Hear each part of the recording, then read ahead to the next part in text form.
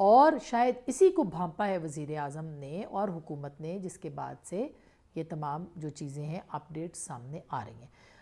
چاہیں اگر P M L N وہاں پہ کوئی اگر لاتے ہیں، یہ ہم اگر انالیسس کے اوپر جائیں تو میں کہہ رہی ہوں، یہ میرا تجزیہ ہے کہ اگر وہ جاتے ہیں اس کے اوپر اور پی ایم ایل کیوں ان کا ساتھ دیتی ہے، اور اطلاعات یہ ہیں کہ جہانگیر ترین صاحب کا جو انفلوئنس ہے وہاں پہ کافی موجود ہے، وہ بھی ساتھ میں آ جاتے ہیں، تو پی ٹی آئی کے لیے کافی سچویشن خراب ہو سکتی ہے. اور دوسری صورت یہ ہے کہ ہو سکتا ہے کہ وزیر اعظم جو ہیں وہ واقعی بلیک میل نہیں ہونا چاہتے، اور اگر ایسی صورتحال ہوتی ہے اور ان کے پاس جو ہے وہ ووٹ نہیں رہتا تو وہ بھی ہو سکتا ہے کہ وہ کہیں کہ ٹھیک ہے پھر آپ ان ہاؤس تبدیلی جو ہے اس کی طرف جائیں. لیکن یہ میں اس سیناریو کی بات کر رہی ہوں جبکہ آٹا چینی رپورٹ عید کے بعد اور جو آئی پی پیز کی رپورٹس ہیں اس کے حوالے سے جو ہے وہ پریشر پڑے گا حکومت کے اوپر، ایسی صورت میں ہم بات کریں. تو اب پنجاب کے اندر جو ہے وہ بڑی دلچسپ ڈیولپمنٹس ہو رہی ہیں، ہونے والی ہیں، اس کو سامنے دیکھنا ہے، مد نظر رکھنا ہے. ہم آپ کو اپڈیٹ کرتے رہیں گے، اندر کی خبر بھی دیتے رہیں گے. اپنا بہت خیال رکھیے گا. اللہ نے کے بعد.